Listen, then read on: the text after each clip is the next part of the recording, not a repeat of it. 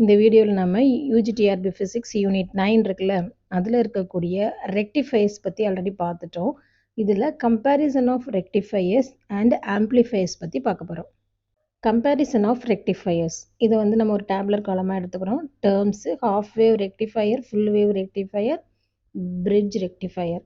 First டேர்ம்ஸில் number of diodes. Half வேவில் நம்ம ஒரு டயோடு எடுத்துக்கிறோம், ஃபுல் வேவில் 2 டயோடு எடுத்துக்கிறோம், பிரிட்ஜில் வந்து நம்ம 4 டயோட்ஸ் எடுத்துக்கிறோம். Average or DC current.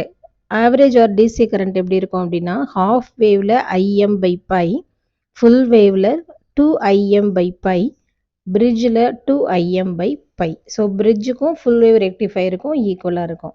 Next average or DC voltage. இப்போ டிசி கரண்ட் பார்த்தோம் இல்லையா, அந்த வோல்டேஜோட ஆவரேஜ் பார்ப்போம்.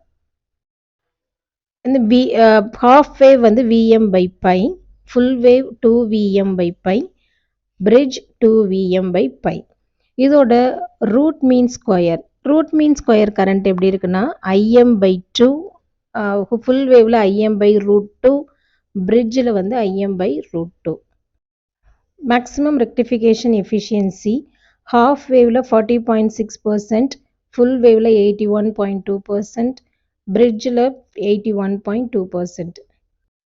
Next ripple factor. ரிப்பிள் ஃபேக்டரில் ஹாஃப் வேவ் வந்து 1.21, ஃபுல் வேவில் 0.48, பிரிட்ஜில் 0.48. Next peak inverse voltage. Peak inverse வோல்டேஜுங்கிறத PIVன்னு சொன்னோம். ஸோ ஹாஃப் வேவில் V இன்ஃபினிட்டியாக இருக்கும், ஃபுல் வேவில் 2V இன்ஃபினிட்டி, பிரிட்ஜ் ரெக்டிஃபையரில் V இன்ஃபினிட்டி. ஓகேவா? டிரான்ஸ்ஃபார்மர் யூட்டிலைசேஷன் ஃபேக்டர் வந்து ஹாஃப் வேவில் 0.286, ஃபுல் வேவில் 0.623, பிரிட்ஜில் 0.812. அவுட்புட் ஃப்ரீக்வன்சி ஹாஃப் வேவில் F, ஃபுல் வேவில் 2F, பிரிட்ஜில் 2F. Next centre tap transformer. Centre tap transformer half வேவில் நாட் ரெக்வயர்டு, தேவையில்லை, ஃபுல் வேவில் ரெக்வயர்டு, பிரிட்ஜில் not required. Next DC saturation core. இந்த டிசி சேச்சுரேஷன் கோர் வந்து ஹாஃப் வேவ் ரெக்டிஃபையரில் மட்டும்தான் இருக்கும், ஃபுல் வேவ் பிரிட்ஜில் கிடையாது, அதனால அது no. Next voltage regulation. Voltage regulation வந்து ஹாஃப் வேவில் வந்து குட், நல்லா இருக்கும், ஃபுல் வேவில் பெட்டராக இருக்கும், பிரிட்ஜில் பெட்டராக இருக்கும். ஸோ இதை பார்த்தோன்னா டீட்டெயில்டான விஷயம் எல்லாமே வந்து நம்ம ரெக்டிஃபையரில் பார்த்துருக்கோம். இதை கம்பேர் பண்ணி இப்படி படித்தா ஈஸியாக இருக்குங்கிறதுக்காக இந்த சார்ட் கொடுத்துருக்கோம். ஓகேவா? Next amplifier. ஆம்ப்ளிஃபையரில் வந்து நம்ம நிறைய யூஸ் பண்ணுற ஆம்ப்ளிஃபையர் எதுனா காமன் எமிட்டர் ஆம்ப்ளிஃபையர். ஓகேவா? அதில் காமன் எமிட்டர் ஆம்ப்ளிஃபையர். எமிட்டர் வந்து கிரவுண்டோட கனெக்ட் ஆகிருக்கும். இங்கே வந்து நம்ம சிக்னல் அப்ளை பண்ணலை அப்படின்னா நமக்கு அவுட்புட் இருக்காது. No signal is apply, no output கிடைக்காது. ஸோ ஒரு வேளை ஏசி இன்புட் கொடுக்குறோம் அப்படின்னா VC ஈக்குவல் டு VCE, அதாவது கலெக்டரில் தான் நம்ம வோல்டேஜ் கொடுக்குறோம். ஸோ VCEனா collector and emitter is equal to, formula என்னென்னா VCC minus LC into RC. So VC or அது voltage V equal to VCC minus LC into RC. இந்த காமன் எமிட்டர் ஆம்ப்ளிஃபையர் இருக்கு இல்லையா, it introduced 180 phase shift between input and output. நம்ம இன்புட்டில் கொடுக்குறோம், அவுட்புட்டில் வந்து நமக்கு வந்து கிடைக்குது இல்லையா ஆன்சர், அது வந்து ஃபேஸ் ஷிஃப்ட் எப்படி இருக்கும் அப்படின்னா 180 டிகிரி இருக்கும். ஓகே. நெக்ஸ்ட்டு இந்த ஆம்ப்ளிஃபையரோட கேரக்டரிஸ்டிக்ஸ் என்ன அப்படின்னு பார்த்தோம்னா, மாடரேட்லி லோ இன்புட் இம்பிடன்ஸ். மாடரேட்டாக இருக்கும், அதே சமயத்தில் லோ இன்புட் இம்பிடன்ஸாக இருக்கும். அதாவது இன்புட் இம்பிடன்ஸ் வந்து என்னவாக இருக்குது, மாடரேட்டாக இருக்குது, அதே சமயத்தில் லோவாக இருக்குது. அவுட்புட் இம்பிடன்ஸும் மாடரேட்டாக இருக்குது. ஹை வோல்டேஜ் கெயின் இருக்கும், அதே மாதிரி ஹை கரண்ட் கெயினும் இருக்குது. இந்த காமன் எமிட்டர் ஆம்ப்ளிஃபையரில் ஹை வோல்டேஜ் கெயின் இருக்குது, ஹை கரண்ட் கெயின் இருக்குது. அதே போல் highest power gain of the 3 basic amplifier. இந்த நம்ம ஆம்ப்ளிஃபையர், அதாவது பேசிக் டிரான்சிஸ்டர் பார்த்துருப்போம் நம்ம, common base, common emitter, common collector சொன்னோம்ல, இந்த 3ல் எது பெஸ்ட்டுன்னா காமன் எமிட்டர் ஆம்ப்ளிஃபையர் தான். இந்த 3 டிரான்சிஸ்டர் ஆம்ப்ளிஃபையர்லேயே பெஸ்ட் வந்து என்ன பார்த்தீங்கன்னா இந்த எமிட்டர் தான் சொன்னோம். ஸோ அந்த காமன் எமிட்டர் ஆம்ப்ளிஃபையர் வந்து 95% வந்து யூஸ் பண்ணுறோம். மற்ற ரெண்டை கம்பேர் பண்ணும்போது ஆம்ப்ளிஃபையரில் காமன் எமிட்டர் ஆம்ப்ளிஃபையர் 95% வந்து யூஸ் பண்ணுறோம், அதாவது அப்ளிகேஷனுக்கு. ஓகே. இப்போ வந்து நம்ம காமன் எமிட்டர் ஆம்ப்ளிஃபையர் தான் அதிகமாக யூஸ் பண்ணுறோம் அப்படின்னு சொல்லலாம்.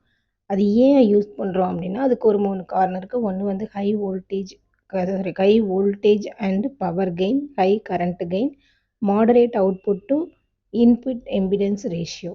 ஸோ இந்த 3 ரீசன்ஸ் தான் வந்து நம்ம காமன் எமிட்டர் ஆம்ப்ளிஃபையரை அதிகமாக யூஸ் பண்ணுறோம், அதாவது 95% யூஸ் பண்ணுறதுக்கு காரணம்.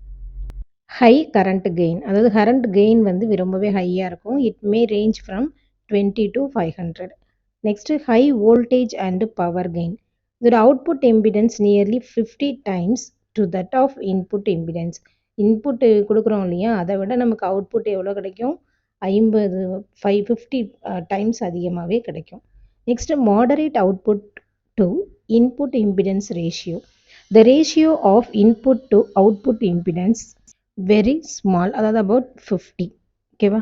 த coupling between various transistor amplifier stages. Coupling வந்து நிறைய ஆம்ப்ளிஃபையரில் வந்து யூஸ் பண்ணுறோம், நிறைய ஸ்டேஜஸில் யூஸ் பண்ணுறோம், மீன்ஸ் ஸ்டெப்ஸில்.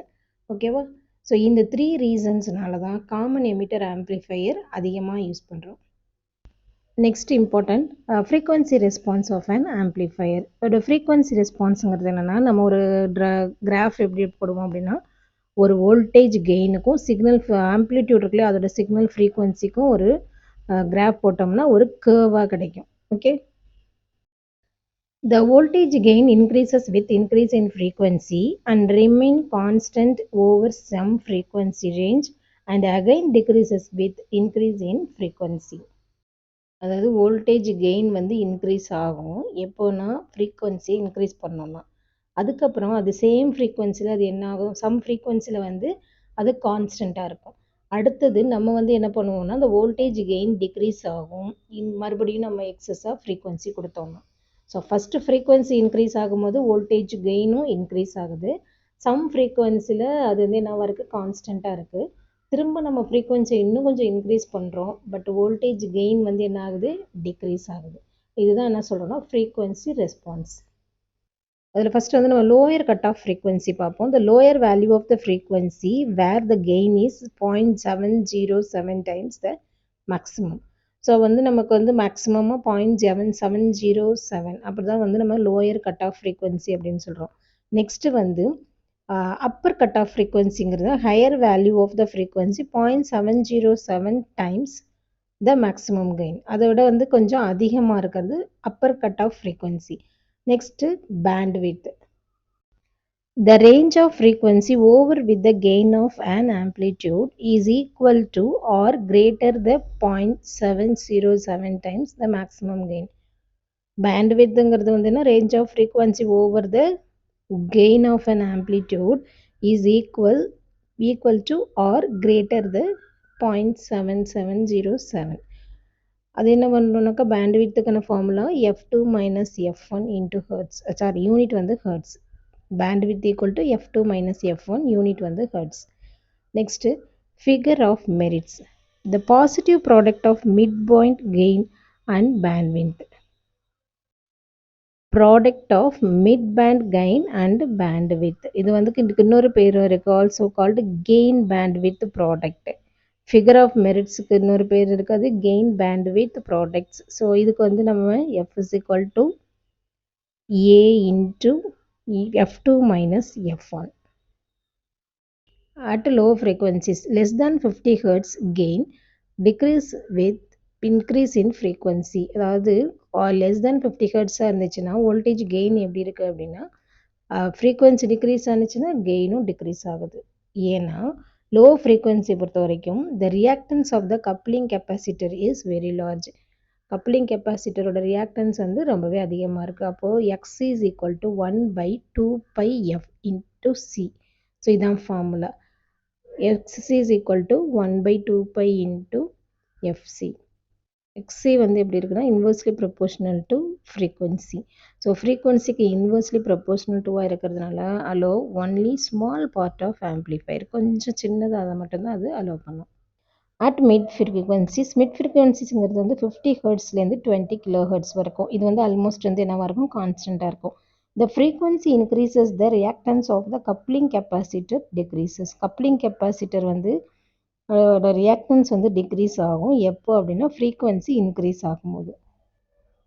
கெப்பாசிட்டர் ரியாக்டன்ஸ் வந்து இன்க்ரீஸ் ஆகுது. The loading effect of the first stage which in turn decreases the voltage gain. At high frequencies greater than 20 kilohertz வந்து high frequency. So amplitude gain decrease ஆகும் with increase in frequency. So reactance of the coupling வந்து எவ்வளோ இருக்குன்னா ஸ்மாலராக இருக்கும். Therefore it acts as a short circuit. அப்போ இது வந்து என்ன சர்க்கியூட்டாக அது ஒர்க் ஆகும், ஷார்ட் சர்க்கியூட்டாக ஒர்க் ஆகும். ஸோ ஃப்ரீக்வன்சி ரொம்பவே அதிகமாக இருக்குது, ஆனால் ஆம்ப்ளிடியூட் கெயின் வந்து டிக்ரீஸ் ஆகுது. எதனாலனா ஃப்ரீக்வன்சி அதிகமாக இருக்கிறதுனால. அப்போ வந்து கப்ளிங் ரியாக்டன்ஸ் வந்து ரொம்பவே ஸ்மாலராக இருக்கும். அப்போ அது ஒரு ஷார்ட் சர்க்கியூட்டாக ஒர்க் ஆகும். Next loading effect of second stage voltage gain decreases. இப்போ லோடிங் எஃபெக்ட் வந்து செகண்ட் ஸ்டேஜில் வோல்டேஜ் கெயினை வந்து டிக்ரீஸ் பண்ண வைக்கிது. Reactance of base emitter junction வந்து லோவாக இருக்குது. அப்போ பேஸ் கரண்ட்டை நம்ம இன்க்ரீஸ் பண்ணுறோம் அப்படின்னா கரண்ட் கெயின் டிக்ரீஸ் ஆகும். அப்போ வோல்டேஜ் கெயின் ஆஃப் ஆம்ப்ளிடியூட் வந்து டிக்ரீஸ் ஆகுது. ஓகேவா? ஸோ இது வந்து ஹை ஃப்ரீக்வன்சி. நெக்ஸ்ட்டு வந்து ஜேஃபெட் ஆம்ப்ளிஃபையர் பார்க்க போகிறது. JFET amplifier a small change in the gate source voltage can produce a great change in the drain current. A small change in the gate source voltage can produce a great change in the drain current. So இது JFET amplifier. So இதில் வந்து நமக்கு common source amplifier இருக்குது, common train amplifier இருக்குது, common gate amplifier இருக்குது.